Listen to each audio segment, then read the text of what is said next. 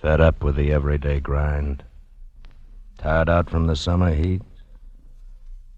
Want to get away from it all. We offer you Escape. Escape, designed to free you from the four walls of today for a half hour of high adventure. You are prisoner in the magnificent mountain retreat of the richest man in the world. While haunting you, terrifying you, is the knowledge that the ultimate escape will be death.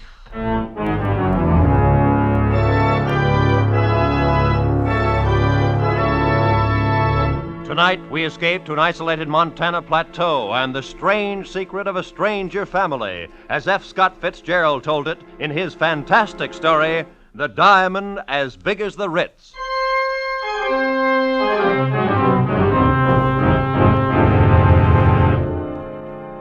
I'd been going to St. Midas Prep School for a couple of years. This was my second summer vacation. I'd met this fellow, Percy Washington, during the winter, and got to be pretty good friends with him. Only I didn't know about his family or where he came from or anything like that. Of course, I knew he must be rich. All the fellows at St. Midas came from wealthy families. So when he invited me to spend the summer at his home out west someplace, it was okay by me. We'd been on the train overnight when he first mentioned it. I don't even remember now what led up to it. We'd been talking about first one thing and then another. Percy, exactly where is your home? I mean, you bought the train tickets. It's in Montana, sort of a Montana? little place. Oh, yeah. Pretty wild country, isn't it? Some of it is. Now, you take Hades, Missouri, where I come from. It's been settled for 150 years. One of the first towns on the Mississippi River. Indeed. Oh, sure. That's very interesting. I sure do appreciate you're not making jokes about it the way some of the fellas do when I say I come from Hades. Why, you know my father's plantation... John, do you know that my father is the richest man in the world? Oh? By far the richest? I read about a man that paid taxes on a $5 million income. Small fry. If my father paid tax on his real income, he'd disrupt the whole economy of the United States. No kidding. Oh, I like rich people. The richer a fellow is, the better I like him. My father could buy out all of the millionaires in the country and not even know he had done it. Is that a fact? I visited the Schlitzer Murphys once. They're plenty rich. Why, their daughter Vivian's got rubies as big as hen's eggs, and sapphires that glow like headlamps. I like jewels. Always have.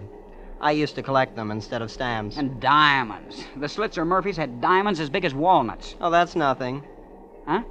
Nothing at all. My father has a diamond as big as the Ritz. Please, I'm not joking.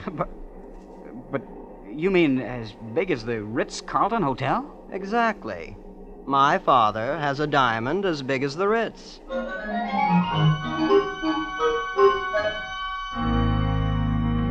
We got off the train about dusk at a little whistle stop called Fish, Montana. There wasn't anything there, not even a station.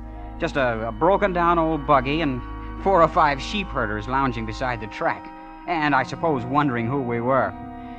Anyway, Percy and I climbed into the buggy, and without saying a word, the driver cracked his whip, and off we went. I don't know how far we traveled. We didn't seem to be following any road, though, and after an hour or so, it got dark. But the driver kept right on, never saying a word.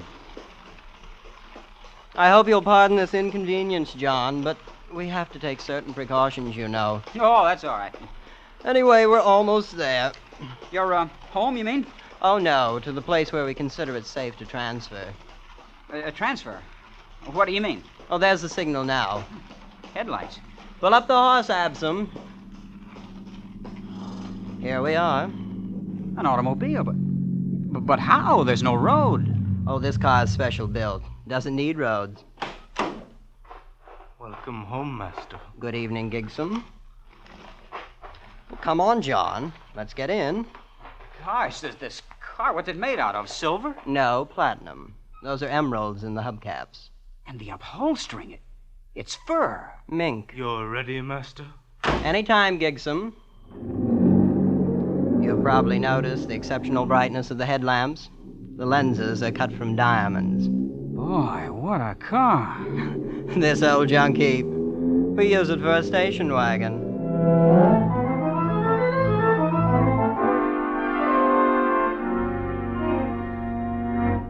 Hey, why did we stop, Percy? This is just a deserted canyon. Oh, we're not there yet, John. Wait, you'll see. They sent down the hooks while we were coming from the station.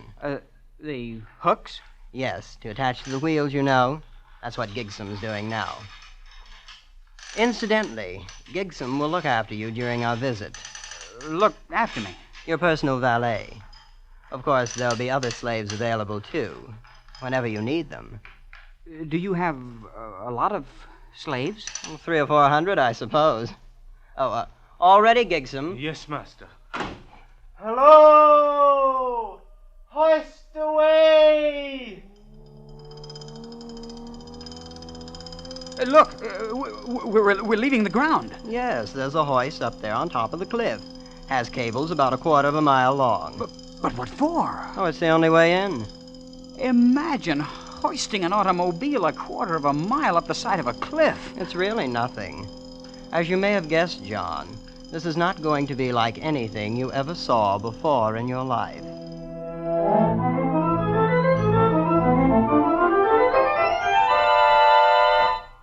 Well, John, there it is. That's your home? It's magnificent. Palatial. It's not bad. How big is it? I think it's around 140 rooms, but Father may remember exactly. Then, of course, there are other buildings, slaves' quarters and things. Why hasn't anyone ever found out about it? This place, I mean. Well, for one thing, it's the only 5 square miles in the United States that have never been surveyed. Why not? Oh, things were arranged. I don't see how that's possible. Believe me, it hasn't been easy. I understand Grandfather had to bribe 3 government bureaus, a vice president, and half of Congress once to keep the place off the maps. But somebody surely stumbled onto it, prospectors, people like that. Oh, yes, that happens occasionally. Then, of course, we have to arrange things. You mean... Not always. Usually we just take them prisoner and keep them, like the aviators. Planes come here? Once in a while they fly over. Of course, they never get away. We have 9 anti-aircraft batteries around the hills. You shoot them down? Oh, yes, great sport. It does upset Mother a bit. And there's always a chance one might get away. That's Father's greatest worry. This place is this whole thing. It's fantastic. Oh, come now, John. I picked you for a fellow with his feet on the ground. And you haven't seen anything yet, you know. This is only the beginning. And it was only the beginning. We crossed the acres of lawn and entered the great chateau. And from that moment on, vision upon vision tumbled together in a gigantic kaleidoscope of color, symmetry, and exquisite harmony. There were corridors lined with gleaming crystals lit by lamps cut from emerald, and great halls carpeted with chinchilla fur and ermine. And there was a white-haired man, pink-faced and very pleasant, who was Percy's father. And Percy's mother, a lovely lady with dark hair piled high on her head like a fragile queen. Soft music came from hidden places. Perfumes filled the air. Exotic foods and wines more rare than pearls. I thought there could be no more nor greater wonders. I was wrong. There were many more and greater ones. And one of them I discovered the next morning in the garden.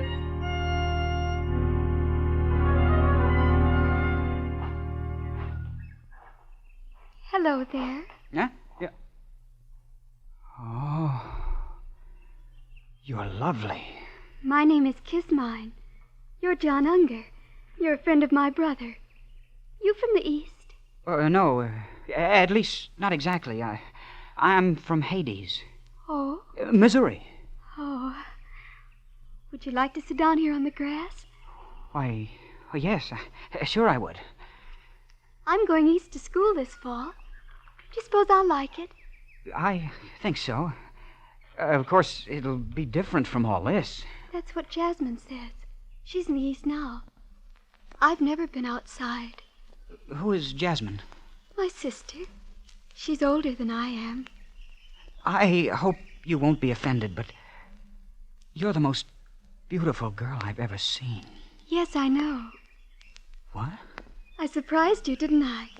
A year ago, I would have said thank you. But Father says it's very necessary to learn to take things for granted. So now I just take it for granted that I'm beautiful. You see? You're pretty sophisticated, aren't you? Oh, I'm not at all. I believe girls should enjoy their youth in a wholesome sort of way. Oh, so do I. I like you, John. I wish you'd spend some of your time with me this summer, not all with Percy. I will, Kiss Mine. I will. You may be in love with me if you'd like to. I'm absolutely fresh ground, you know. I am in love with you. Of course, we'll have to meet secretly. My parents wouldn't permit it if they knew. Then that's what we'll do. I have to go now. I'm supposed to be with Mother at 11. Aren't you going to ask me for a kiss? Jasmine says boys always do nowadays. Some of them do, but not me. We don't expect nice girls to do that sort of thing. In Hades.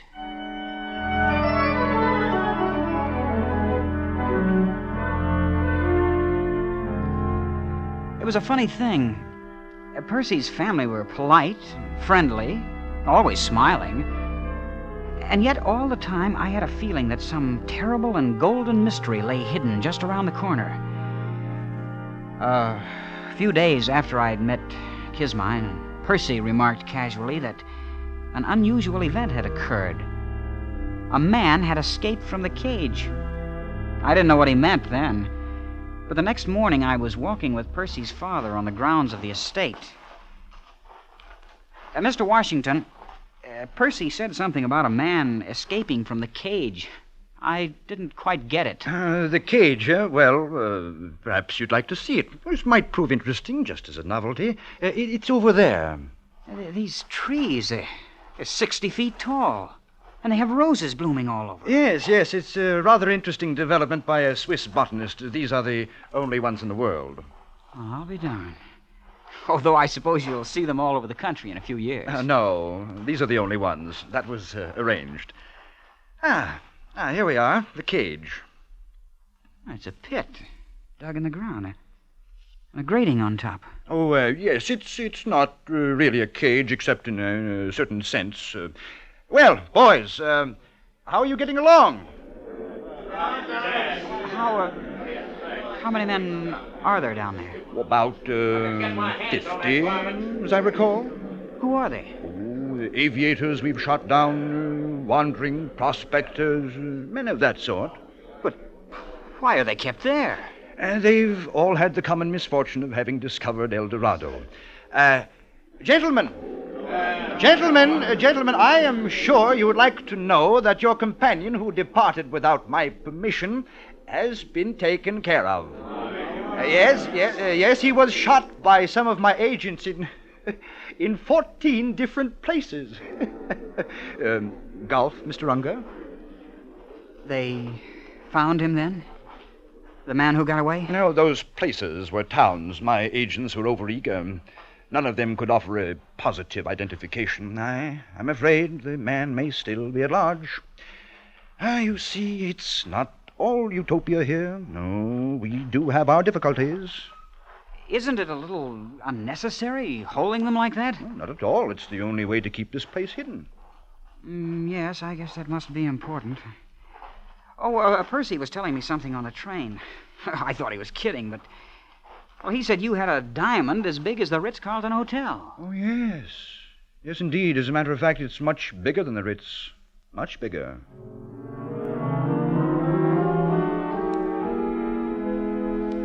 Well, summer went on. I was more and more in love with Kismine. She was priceless, exquisite, like no other girl in the world. After a couple of weeks, I kissed her, of course. And I was really in love for the first time. I should have known, should have put two and two together when Percy's father showed me the cage, but I didn't. Until one morning late in the summer, I slipped off with Kismine to the rose gardens. Kismine, I think we ought to elope. Oh, I don't know. It would be much nicer to be married here. But then it'd be more romantic to elope. Yes, all the Sunday supplements would write stories about fabulous heiress elopes. I knew an heiress from Omaha once, but I don't think you'd like her. She visited my sister here. Oh? You've, had other guests, then? Well, yes, we've had a few. Wasn't your father ever afraid they might talk outside? Well, to some extent. Let's talk about something more pleasant. What's so unpleasant about it? Well, I grew quite fond of some of them. You mean they told? And your father... They didn't get a chance to. Father had to be sure. But that's murder. What else could we do? In the cage, they'd have been a constant reproach to us. And Father does it so nicely. They're always drugged in their sleep, and we tell their families they died of scarlet fever in Butte. I'm not sure how that affects the statistics there. Of all the horrible... It is not. After all, it'd be terribly boring here without ever having anybody. Why, Father and Mother have sacrificed some of their best friends. You're no better than... That's what they planned to do with me, then. Couldn't you try to forget it? Be nice to me until you're put away. It's only for 2 or 3 weeks. You'd go on this way, kissing, talking about love, when you know I'm not much better than a corpse. You're not a corpse. You're not. I won't have you saying I kissed a corpse. That wasn't what I said. You did, too. I did not. You said that it... Now, just a moment. Father. Who kissed a corpse? Nobody. We were just joking. Now, you two haven't any business here anyway. Now, Kismine, go read. Go play golf. Now, don't you let me find you here when I come back. Yes, Father. Yeah. Good day, children. You see, now he knows you've spoiled everything. You don't really love me. Kismine, you... Oh, what's the use? What if you are rich and have this place?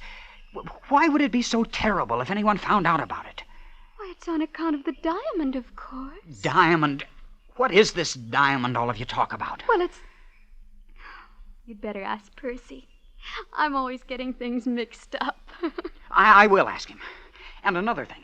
I'm getting out of here tonight if I have to dig through the mountains. I'm going back east. Take me with you? No. Why not? Your father wouldn't permit it. If you won't take me, I'll go tell him I want to marry you. You can't do that. He'd bump me off this afternoon. Oh, please take me, darling. And we'll be terribly poor and very happy. And I'll cook things for you, herbs and berries and stuff. Won't that be fun? Oh, you will, won't you, John?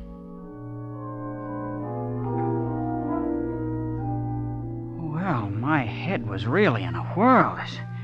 This whole thing was fantastic. And so was the family. Even Kismine. I couldn't think of anything to do, but I rushed to see Percy. But, John, why didn't you ask me before? Because I thought you were kidding all the time. I know. You wouldn't believe me if I'd told you. I'm ready to believe anything now. Well, it was my grandfather who started the whole thing, purely by accident. He came out here from Virginia after the war between the states and stumbled onto it. Onto what? The diamond, of course. That's what made all this possible. Grandfather spent 2 years going around to different cities of the world selling bits of it. Then he started building this place. He put his money into jewels, but Father found that radium took up much less space. But why the secrecy? Oh, it just wouldn't do if anyone found out. Ruin the whole economy of the world. The thing's too big. This has been going on for 3 generations. Well, and the cage and this thing of inviting friends. Oh, yes. You see, there wasn't really any danger before airplanes. They are what worry us. And you knew when you invited me here what would happen. Please, John. I thought you'd be more sensible about it. After all, you can see my position. Yeah. Where is it? Where do you keep this diamond that's caused so cockeyed much trouble? Oh, I thought you'd guessed. You've noticed the hill the chateau stands on? Yes. It contains a cubic mile. And except for a thin covering of dirt, it's one big, solid diamond.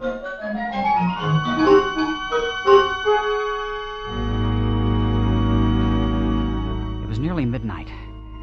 I didn't know what awakened me, but all of a sudden I was staring across the patches of moonlight, spotting the ermine carpet of my bedroom. Staring at 3 slaves I'd never seen before. They just slipped inside the door and stood there, each with a vicious length of shiny copper wire. The official executioners. I lay there on the bed watching them, counting heartbeats, not daring to move, not daring not to move. They didn't know I'd wakened. They began edging across the room. Come on, all 3 of you. There's no time now for this.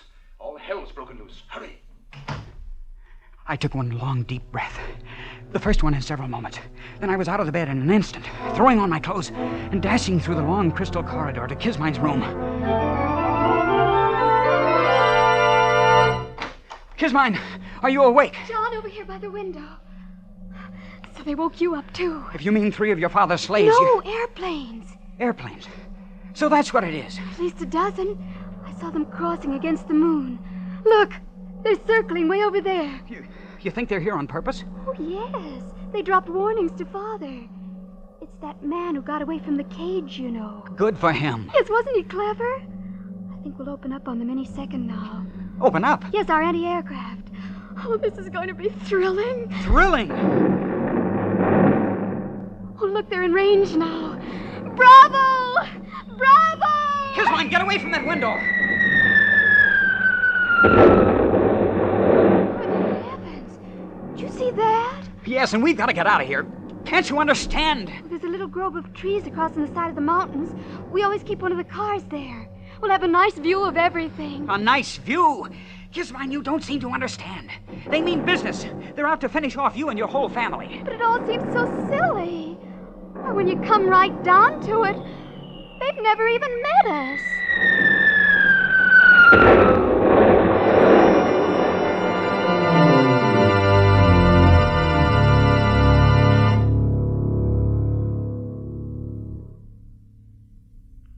What time is it, John? Is it morning yet? I don't know. I've lost my watch. Seems to be getting lighter, all right. It's quieter, too. Your guns. They're knocked out. Every last one of them. It won't be long now. It seems such a shame. The family put so much work on the place. Everything's always been so pleasant. Yeah. You better get some sleep, Kismine. I'm going to walk down the path a little ways. You'll come back. Yes, Kismine. I'll come back. At the edge of the wood, I stopped and looked out across the valley toward the wrecked chateau standing on its diamond hill. And then suddenly, 3 men appeared bearing a heavy burden among them. It was Mr. Washington and 2 of the slaves. All right. This is far enough. We'll stop here. Now, hoist it up and hold it there. Both together now. Easy now. Easy. The burden they held up to the heavens was an immense diamond. Now, you out there. You there. I could see no one else anywhere in view. You, above there. I want you to understand this is only a sample. I'll give you 1,000, cut as fine, set in pedestals of platinum. And I'll build you a temple 1,000 feet high, cast of solid gold. And on the top of it, I'll put one diamond 100 feet across. A thought began to dawn on me. I couldn't believe it. I'll letter your name in the temple in emeralds. And I'll see that the whole world worships at its base. And all you have to do is make everything the way it was before. Mr. Washington was offering a bribe to God.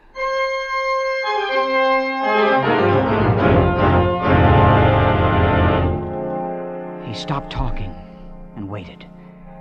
And then, out of the silent heavens, blossomed the white puffs of parachutes. The man who had tried to bribe God looked up and saw them. And he became old in an instant. And turning with lowered head, walked down the path toward the chateau. With sudden premonition, I whirled and headed for the spot where I'd left Kismine. Kismine and the car that needed no roads.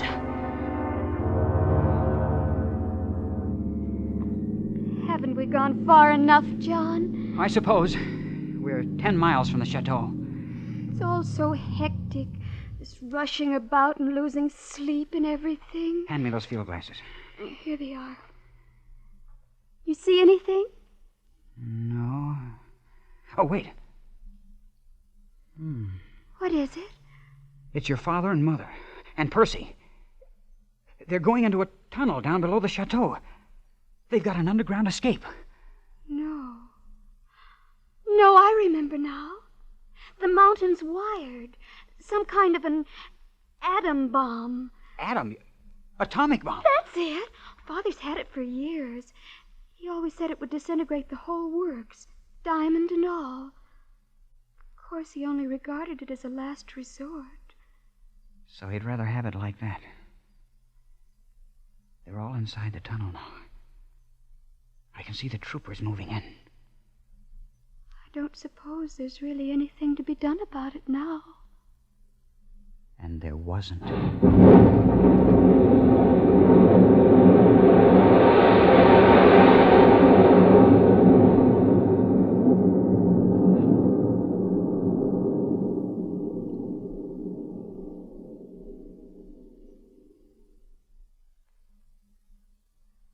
I keep thinking about things the way they were. It was all so pleasant. I don't suppose it'll ever be exactly like that again. Not ever, Kismine.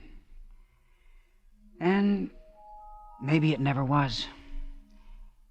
Youth is a time for dreaming. Dreams die, too. I'll probably have to take in washing. But of course we'll be very happy. What will we do, John? Do? Oh, we can love a while underneath the stars. That's a form of divine drunkenness we can all try. And then there may be other diamonds in the world, who knows? And even though it's a shabby gift, there's always disillusion. Turn up your collar, Kismine, before you catch pneumonia. Let's go to sleep.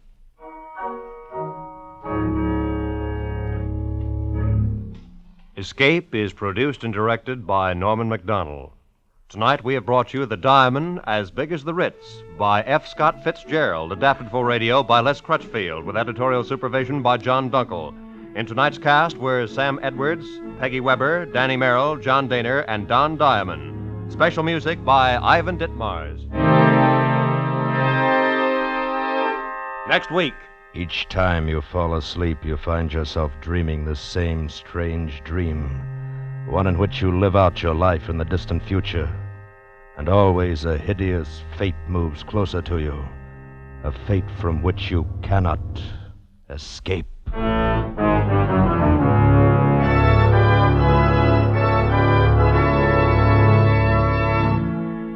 Next week, we escape with another great story by one of the world's greatest authors. Good night, then, until this same time next week, when once again we offer you Escape.